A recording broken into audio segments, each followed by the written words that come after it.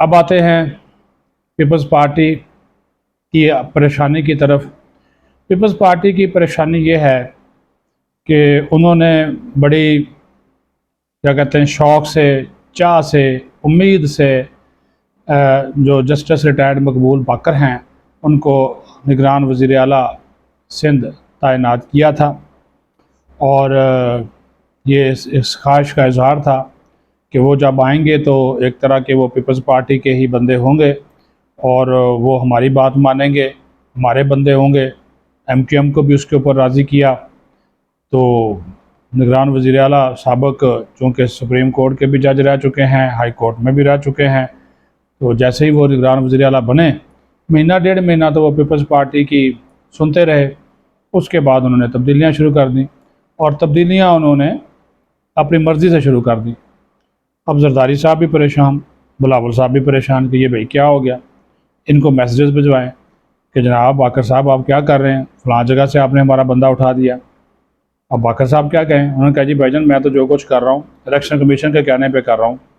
Election commission ने कहा जी तब्दीलियाँ करनी हैं तो मैंने कर दी, तो आपको नाराज़ होने की ज़रूरत नहीं है, जो कुछ भी हो रहा है मेरिट पे हो रहा है। तो जरदारी और बिलावल ने कहा कि ये तो फिर ज़्यादती है, हम तो आपको अपना समझ के लाए थे। उन्होंने कहा भाईजान अब तो मैं वज़ीर आला हूँ, अगर मैं बात नहीं मानता तो फिर ज़ाहिर इलेक्शन कमीशन वाले इसके ऊपर एतराज़ात उठाएंगे, आप लोगों को कोई और बंदा चाहिए तो वो ले आएँ। ये उन्होंने कह दिया। उसके ऊपर फिर पीपल्स पार्टी खामोश हो गई। फिर जो मुक़्तदर हल्के थे उन्होंने भी सिंध के जो हालात है, कराची के हालात, उसके ऊपर जो रिपोर्ट्स थी वो निगरान वज़ीर आला के साथ शेयर की, और उसमें जो ज़ख़ीरा अंदोज़ी, स्मगलिंग, फ़ॉरेन करेंसी का गैर कानूनी इस्तेमाल और स्मगलिंग, वो सारी की सारी बातें उनको बताई गई। तो फिर वो जो निगरान वज़ीर आला थे बाकर साहब, वो इस्टेब्लिशमेंट के साथ हो गए। उन्होंने कहा कि जनाब ये तो बहुत बड़ा है, और उन्होंने कहा जी ठीक है, अगर हमने शहर को, कराची को पुरअमन बनाना है।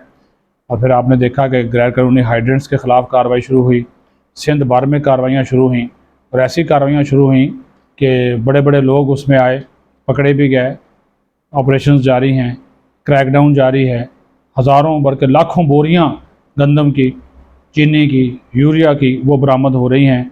पीपल्स पार्टी वालों को चीखें सुनाई दे रही हैं सिंध में, लेकिन वो बाकर साहब सुनने को तैयार नहीं। वो जब भी उनको फ़ोन शोन करते हैं, तहफ़्फ़ुज़ात या अपना पैगाम पहुँचाते हैं, तो कहते हैं जी भाईजान मैं तो मेरिट पे काम कर रहा हूँ। तो उन्होंने तो सिफारिश मानने की बजाय अब इसी तो एक फ़ोकस कर लिया है। उसकी वजह ये है, इसकी वजह यह है कि उनको पता है कि बाकर साहब को कि पीपल्स पार्टी अब मेरे साथ हो या ना हो, तो उन्होंने वाज़ेह तौर पर कह दिया कि इस्टेब्लिशमेंट मेरे साथ है, मुक़्तदर इदारे मेरे साथ हैं, तो जब वो मेरी सपोर्ट कर रहे हैं तो मैं वज़ीर आला बना हूँ, तो क्यों ना फिर जो आवाम की बेहतरी के लिए, सूबे की बेहतरी के लिए और ख़ास तौर पर कराची की बेहतरी के लिए काम करूँ। तो वो अपना फिर जो उन्होंने एक सिलसिला है उसको शुरू कर रखा है, और उसी वजह से इनको जो है वो बहुत ज़्यादा अभी परेशानी का सामना करना पड़ता है। और साथ ही साथ ऐसी चीज़ें इनके सामने आ रही हैं जिससे जो है वो पीपल्स पार्टी वाले खुश नहीं हैं, लेकिन वो इनको सुनने को तैयार नहीं हैं।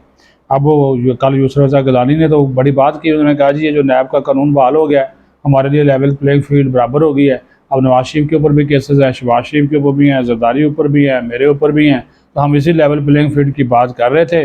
अब सारे केस भुगतेंगे तो लेवल प्लेइंग फील्ड तो बराबर होगी। तब ये भी हो सकता है तो फिर सबको अब पेशियाँ होंगी, सबको नोटिस जारी होंगे, और जब ये सिलसिला होगा तो फिर आप ख़ुद समझदार हैं, अंदाज़ा लगा सकते हैं कि फिर क्या होगा।